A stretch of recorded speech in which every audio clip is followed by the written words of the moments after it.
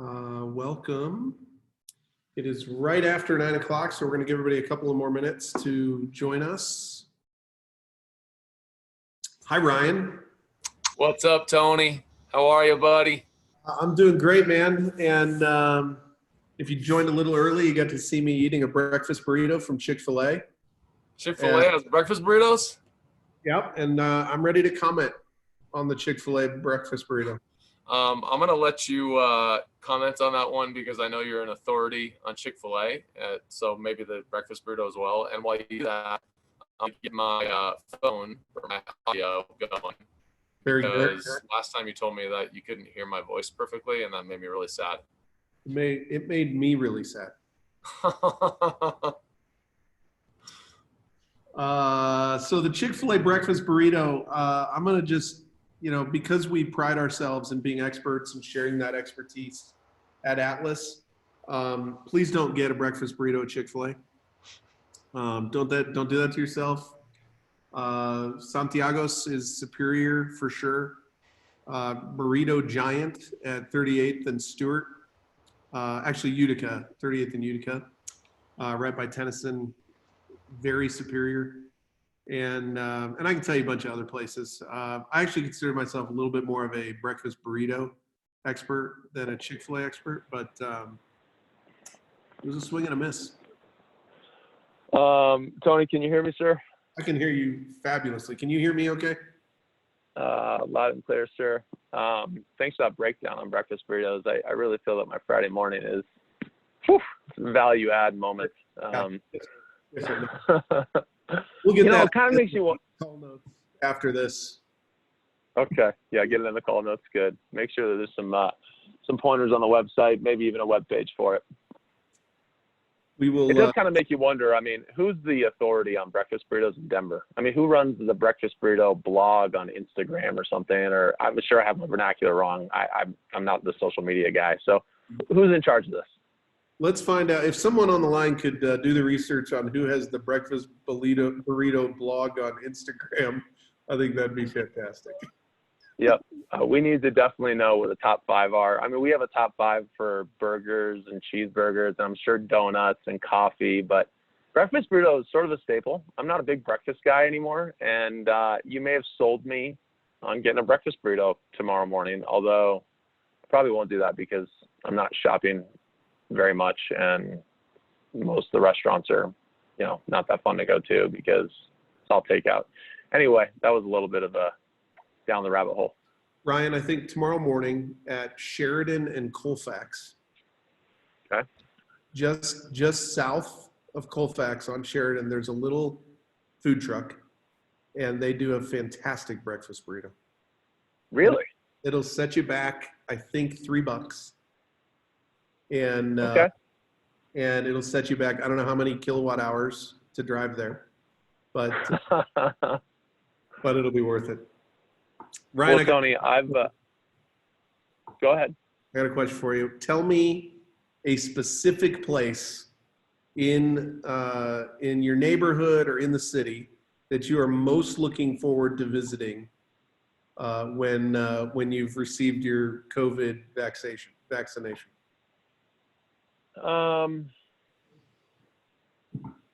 Amazingly, I haven't even thought about that. I don't have an establishment that's my go-to. I think that probably the thing that I'm most looking forward to is just having 1 or 2 really close friends come over, break bread together, play out in the sun. I do love Cafe Brazil as an establishment, and that's not far from where I live. That's probably one of my favorite restaurants, and I love going there for a date with my wife. And for those of you that have not eaten at Cafe Brazil, their food is tremendous, and it's a very authentic, real feel in there. It just feels like a nice place. So that'll be nice. We did to go from Cafe Brazil one time during this little episode that we're in, and they did a tremendous job on their to go. However, I have a real difficulty with ordering to go food. And even though you didn't ask me, I'll share with you, the problem is that almost all the to-go containers are made of plastic.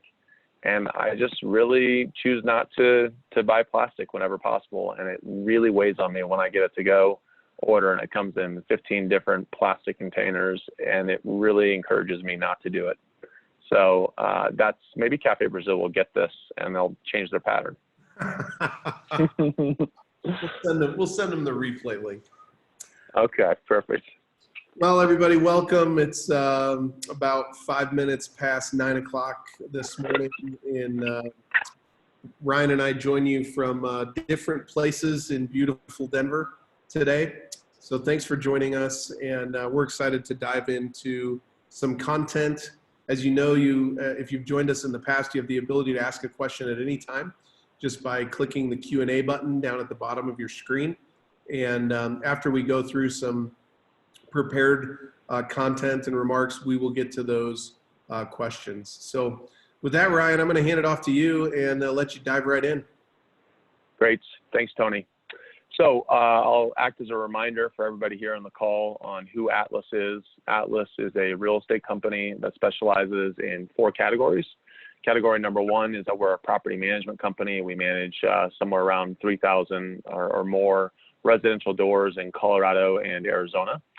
Number 2 is that we're a brokerage that helps people to purchase and sell their homes, as well as help people to buy an investment property that they can use for a long-term savings device, particularly saving for kids' education or maybe even retirement, but long-term real estate investment.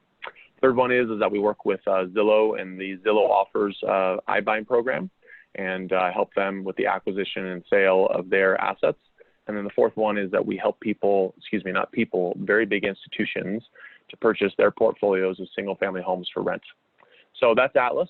The purpose of this call is twofold. One is to quantify where we are today in terms of real estate and what it means in terms of collections and rents and leasing and investment real estate or home buying and home selling. And I think the secondary component of today's call is to really just be looking to the future a little bit. What does it mean in the 30 to 90 day category? And what does it mean even beyond that as we opine how all of this pandemic can impact real estate and what it means to our future? So that is the starting point for where we sit. I'm going to give a brief overview on how we're doing for collections company-wide. And again, this is a sample set that isn't giant, but it's one that I think at least holds a little bit of weight. We manage around that 3,200, 3,300 units. And as of today, our collections for the month of April is only lagging our historic collection percent by 4%. So we're really doing quite strong in our markets. That's Fort Collins, Denver, Colorado Springs, and Phoenix, and our ability to work with our residents and collect rent. And I am tremendously thrilled with the hard work that our property managers have put in and our entire team to support our renters and getting them through this period to pay their rent and then work with them if they're not able to. So we're really strong on that. Historically, by the end of the month, we're collecting about 98.5% of all outstanding rents. That's been our historic number for many of the prior months. So if the 4% number continues, then we could be at that 94.5% type range by the end of the month. Still a pretty strong number, but definitely a lot less than where we'd want to be, yet better than I would have thought we would be at this moment. If you'd asked me 30 days ago, I would have guessed that it would have been a 10 to 20% decrease in rent collections. And so what that really makes me wonder and think about is, what does May look like? What does June look like? How much of what's happening right now in terms of rent collections is really truly a comment on resiliency and savings and people that have jobs versus people that had a little bit of savings and they had a $1,200 check from the government and they're scrapping together and put it all together, hoping that we're going to come out of this with vibrancy in May and that they're going to be back at work making the same income they were making and back to normal. So I'm very curious as to what May looks like. I'm still looking at it direct as I can and taking the reality perspective that I think that we're going to be in a less favorable position in May and June than we are in April. And that this difficulty that we're seeing as it relates to our economy and as it relates to real estate is one that is not going to be a quick moment in time, but one that unfortunately is going to be an extenuated moment in time, a longer period of time. And I think that I look at things like unemployment and changing patterns in terms of job and wage growth that I'm beginning to perceive that make me believe that fundamentally we're going to be in a different collection environment. So that is simply a reminder to everybody on the call, and it speaks to our prior calls that I'm not going to rehash here, that it's a word of caution to look towards the long term, to harbor your capital and harbor your cash and create new liquidity so that you're able to maintain during this period when it's still going to be difficult. So that's a little bit on the historic rents that we're collecting. We've had a couple of questions prior to this call in regards to what type of rent programs we're putting into place for people that can't pay rents, and what sort of resources we're providing to those renters who are having difficulty. A couple things that I'll touch on. In terms of rent payment programs, we are taking these on a really case-by-case program. We're not saying that it's a one-size-fits-all situation where, hey, we're doing a payment plan, pay 50% now, and the other 50% you can pay over the next month or 2 months. I don't think that that's really the type of program or the type of company that we are. We want to be a company that is able to understand all the inputs, understand where we can influence and exert our abilities, and come up with plans that really make sense for both the renter and the owner of that home. If we're able to do that accurately, then we can say, okay, this renter, have they been a great renter in the past? What makes us believe that they're still going to be in the future? And how do we support them if this is just a moment in time? Similarly, in many, many occasions, we need to really converse with that owner and understand where the owner sits in terms of their financial ability to withstand this difficulty. And in some cases, that's going to inform the decision very starkly differently than it would had we not spoken to that owner in terms of what we do with the renter. So it's very case by case. In general, we are trying to set up payment plans when somebody comes to us and says, hey, I can't pay. Well, we want to be in a category where we're capturing something because it shows their commitment to us. What can you pay? Can we get to 50% of that rent or 70% of that rent, and then build back the rest of it over May and June and over a period of time? Do we have to look at maybe doing a discount in exchange for a lease extension? Because in a lot of cases right now, we're protecting against vacancy. Having that lease extension could be a better win for us. Let's say their lease is coming up at the end of June, which is very likely because most of our leases we try to end intentionally from about April to September. So let's say they're coming out in the end of June. Well, this is a very opportune time for us to also have the conversation of, do you like living here? Do you think you can afford the rent ongoing? Does it make sense for us to try and bake in a payment plan over the next year through a lease extension? And even on that lease extension, we're having the conversation internally and with them. Does it make sense for us to try and increase rents right now or not? And I personally, as an owner of real estate myself, and I own an extensive portfolio of real estate, I've said, I'm not trying to increase my rents. I'm trying to maintain my occupancy. It's the counsel that we're giving to you and to all of our other constituents. So that's a little bit about the rent programs and payment programs that we put in place.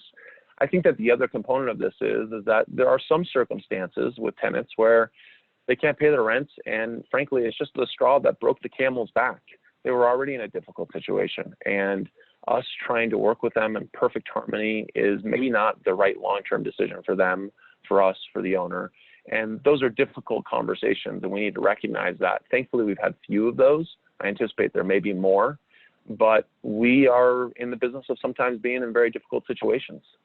That's what property management is. It's a lot of difficult situations, and we're not going to shy away from making hard decisions, and generally make hard decisions early.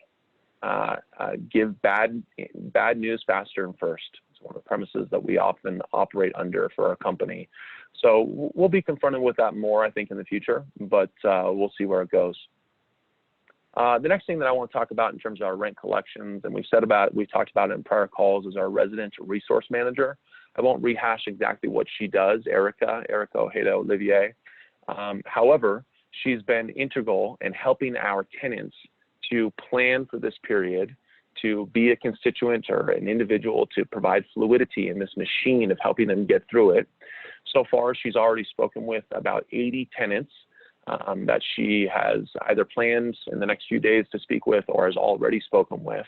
And when you look at 80 as a percentage of the 4% of our ecosystem who haven't paid, that represents about half of all the people out there that may need to speak with her as a resource. Not all of them will reach out, but that's about half. But hopefully we'll see another 60, 80, 40 to 80 folks that would come through and use her as a resource. And I think that she'll continue to be tuned into. So a great resource, getting booked up. And I think that the value that she's brought to our residents, as well as the value that she's brought to our owners, is really tremendous. So I'm going to pause there and just check in with Tony. Tony, we doing okay so far? I can keep on going if so. Yeah, I think there's a good question here that pertains to what we're talking about. So I'm going to throw it at you. And I love how the person asking this question brings up one of Atlas' core values. So in regards to that core value of good for you, good for me, and good for everyone, what do you do when the other party just isn't reasonable in their assessment of a win? And particularly as you're thinking about workouts and rent agreements and those types of things, how do you handle that? Do you concede to potential abuse, realizing that you can't please everybody? How do you think about that, Ryan? I think it's really okay to confront the brutal facts. We are not going to please everyone all the time. I wish that I lived in a world and in a business where that wasn't the case, but this is not a utopia. This is reality, and we're dealing with a very difficult circumstance right now. And, I may perceive the other person on the other side of the line as not being reasonable. However, I cannot perfectly meld into their shoes. And their shoes, they may be going through stress that I can't even begin to comprehend. And the stress that they're seeing is totally reasonable in their mind, because maybe they have a family member that truly is sick or at risk of dying as a result of COVID. And maybe they're having a hard time putting food on the table and managing work and kids and all of it. Stress and these levels of stress that we're dealing with almost always point towards a lack of ability to be reasonable and to be solid and fundamentally sound in who we are individually. So if I can enter into the conversation knowing that that's the environment that we're operating in right now, I'm immediately in a stronger place to navigate those waters. And I'm immediately in a stronger place to empathize with that person, sympathize with that person, listen. I think that active listening in those moments is almost always the first thing to do. And a lot of times we'll be talking about rent payments, but there might be 2 or 3 things that the person on the other line, the resident, says that have nothing to do with rent payments that I can create wins for them with just by being a very strong listener. And in doing that, I'm dropping a tiny little drop of goodwill in the bucket of our relationship. I think that there's just a broader context here that we're in the business of relationships. What is the product that we provide in property management? Our product is customer service. That's what it is. We can't control what neighborhood the home is in. We can't control the perfect condition of the home because we don't own the home. The product that we can provide is amazing customer service to our customer. Who is our customer? It is that resident. They're coming and paying their rent every single month, okay? Every month they decide to purchase the product of rent, and we are servicing them. Likewise, we're also servicing the owner. And sometimes those can be competing interests. And we have to ask ourselves, what is the best end result for the person that we've committed to with the owner for their economic return, and doing that not just now, but over the long term. And so I'm often asking myself in these reasonableness moments, is this such a poor situation that the long term is already forsaken?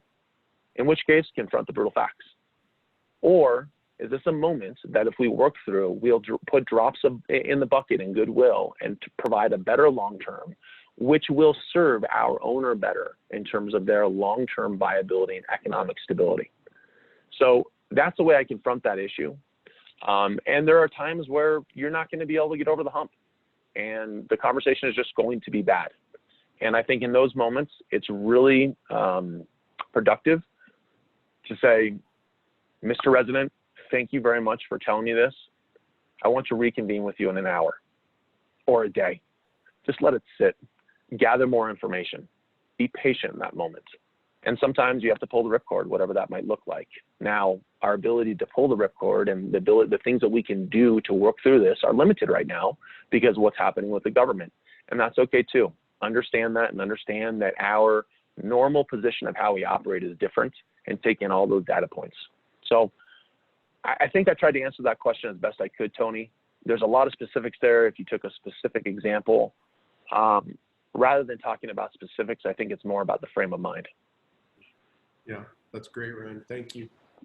One other question came in, and very specific to, and you may want to handle this one now or continue with commentary. That's up to you. I think the specific question around how are you thinking about and dealing with commercial real estate vacancies, specifically office space? And I know you have some very creative thoughts around that. So I have an extensive portfolio of commercial real estate. It does include office. Let's just, set the bar real quick on what's happening societally and what it means to real estate. What's happening is consumer behavior and the way that we conduct our lives is fundamentally being punched in the nose, and we're changing in every category. Okay, that's my starting point. Now I need to ask myself from ground zero, what is that going to mean towards the future in the way that we purchase our product being real estate? Well, we're moving towards a society already before this happened of flexibility, a society of choice and fluidity and movement. This is just going to accelerate that. If I were a tenant of an office building, it used to be that I'd go to that landlord and I'd say, okay, I want to have this, and you do this tenant improvement package, and I'll sign a 5 or 10 year lease. Am I ever going to do that again as an office tenant? I mean, look at what I've gotten myself into. If I'm in a 5-year lease right now, and this just hits, and I'm sitting there saying, I don't know if I need less office space because everybody's going to work remotely, or if I need more office space because I want everybody in my office, but I need to have 6 feet between all of them, so I need to double my footprint. And either way, if I sign a new 5-year lease, I'm hamstrung during the entire life of that lease because no matter what, I get it wrong. So I think that components with office leasing and office occupancy, and I think the same could be said for retail and restaurant and so many other categories of commercial real estate, we're going to drive towards more flexibility. And frankly, I think that's a difficulty for the landlord because the landlord wants the certainty of a 5 or 10 year lease because they punch it and they sit back and they don't do anything. Well, that means that landlords that can adapt to this new are going to be stronger next to their competition, and they're going to be able to work more cohesively in that partnership that we talk about with that tenant. I've spent a lot of time on this through a side project called Reactive, and that's actually one of the problems that we're trying to solve is how do you create more fluidity in commercial leases and commercial occupancy. So that's just a comment on that as it relates to office space. I might also just comment that as it relates to residential real estate, we're about to see very different consumer purchasing and behavior as well. And Tony, if it's okay, I'm gonna opine on that for a moment. And I'll just say it with this disclaimer. I don't know if this is true or false, but I think that at Atlas, what we try to do is think critically and try to be a little bit of a thought leader so that we can instigate the conversation with the broader community of, hey, we're seeing it like this. How do you see it? So this is a dialogue and a conversation that we want to have broadly with this community. But if I look at residential real estate and I ask myself, how is it going to change in the near future? One, clarity is very important. And we're lacking clarity. And when you don't have clarity and you don't have certainty, you need more flexibility. So I think that for a lot of people, they may choose to rent more. And why would they rent more? Because it's easy to get in and get out of it. You're not making as big of a decision and you're not certain what this world is. So you lean on the easier of those options, which is renting versus buying. So in the last economic collapse, the Great Recession, we saw an uptick in the number of renters in our society on a percentage basis versus the number of owners. And I think we're going to see a furtherance of that because people are uncertain and we're going to have this feeling of uncertainty for a period of years hereafter. Further, they're economically uncertain as well. How easy is it going to be for a resident to have a down payment right now? How easy is it for them to be certain that their income is going to be stable right now when the entire economic basis of our society is turned upside down? What's happening with credit markets? absolutely we're going to see credit markets tighten through this process. And they're going to say, hey, I want income verification for a longer period of time. You know, if you've only been in that job for 6 months, maybe that doesn't cut it. And maybe a lot of the lower down payment options go away. So all of that pushes, in terms of consumer behavior, a push towards more renting. Well, for Atlas and our investment thesis, that's strength, and that's an important thing for us to look at. I do think that on the other side of this, in terms of consumer behavior, we're also going to be looking at an environment where we will see a lot of transactional volume, because you have sellers that are saying, I just need more clarity. I want to get out of this deal and I want to downsize. Or maybe I have a second home and I want to be certain of that. Or, you know, maybe I want to be closer to my family. Or I'm in a townhome and I don't want to be close to my neighbors in that way, because the physical distancing component of it, I want to be a little further away. Or a condo, I want to actually have a single family home, a true single family home. So all this uncertainty drives back to, okay, maybe we should do a transaction there, sell there. Similarly, the buyers might say, gosh, now is the time to get into the market because there is a softening in the market, or because I'm living in an apartment complex and I don't feel comfortable being in an apartment complex next to all these people. I want to have more autonomy of my entire environment. And so they might go into the buying side. And then I think that we're also going to see more transactional volume potentially, because right now we're having a little bit of a muted effect in how much transaction volume is going to happen over this last month or two and the next month or two. And then, you know, it's the pig and the python analogy that there'll be a push up from that afterwards. So I think that might happen to a degree. To speak a little bit more on the renting program, large multifamily apartment buildings, maybe that's not so desirable. Maybe a renter says, you know what, I'd actually like to be in a small duplex or fourplex. I don't want to be around hundreds of people, and shared amenities actually aren't that valuable to me anymore, because I'm not going to the gym and sharing this amenity with people in the common areas. And maybe they go towards true single family detached housing. So these are some of the things that I'm really thinking about on this. I think that the other one in terms of consumer behavior is the adoption and the acceleration of virtual and technology use for purchasing of homes. We're now at a point that people are saying, I'm going to put that house under contract without even having seen it. And I'm probably going to live in that house. I'm not just putting it under contract as an investment and somebody else has seen the inside. I'm putting it under contract and I'm moving forward on a purchase without having seen it at all. Okay, that means that we're going to lean more on the virtual tours and the 3D tours. And I can even imagine us being more equipped with a virtual reality headset and the hardware where, okay, we're actually walking through the home and this technology exists, and we're going to usher all of that forward. And self-showings, I'm going to walk up there. I'm not walking into the home. I'm going to punch in a code. It's going to unlock the door. My realtor, my real estate professional is going to be behind me. They're going to stay out of this. I'm going to walk through. And all of those changes, I think, are going to be ushered forward as a result of this. So pause there on consumer behavior. Also, I'll pause there because it's 9:29. I think we scheduled 30 minutes for this call. So I want to check in on questions and check in on timing to my trusted moderator. I do have a couple of questions in the queue, Ryan, and I will just say we did schedule this for 30 minutes, and you are welcome to hang around, and we'll continue to answer questions for the next few minutes as they roll in. So you're also welcome to submit a question. Ryan, this is a good one. Since intensely challenging times can serve as a catalyst for innovation, can you speak to real estate opportunities and how you and the team are being creative about tapping them? You kind of hit on that a little bit already. Is there anything else you'd want to add? I love the comments. I couldn't agree more. I am so fired up to get to work every day. And I'm not fired up because of the pain points. We've had major pain points in our company over the last month or two. I'm having major pain points with my commercial tenants that can't pay rent and doing tons of forgiveness on rent, and it's painful. Man, I don't give a damn. I am so excited. We are going to see such beauty come out of the ashes because we are a country of innovators and entrepreneurs and creators. And already new innovations are going to come forth that are going to make society and real estate stronger. It is stronger to have a self-showing. It is stronger to have the virtual component that I talked about. Other innovations that come forth, hopefully, really speak to a better harmony among this ecosystem. Let's break down this thought of landlord and tenant. And let's really understand that we are, you know, in a mutual exchange of value. And how do we further entrench that? And how do we stand up more of these? Hey, it's a resident resource manager. It's a way to provide value to our resident. I do think that there'll be traditional value.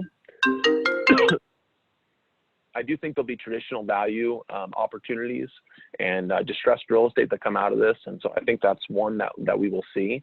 But I also think that we're going to see a new wave of innovation in real estate, just like we did in the last go around. You know, WeWork and co-working was an innovative wave that came out of the Great Recession. So was what Zillow does, what Zillow offers. And there's many other of these that I can point to. Airbnb was started before the recession, but didn't really catch steam until after the recession. That was all innovation in real estate. Now, the next layer of it, I'm not sure what it looks like. I do think flexibility in commercial leasing is one of them, and that's frankly why it's something that's being worked on. I think that for Atlas, us being a thought leader and understanding that and implementing is a big deal. And I'll put more thought into that maybe for the next call, aside from what I've already discussed.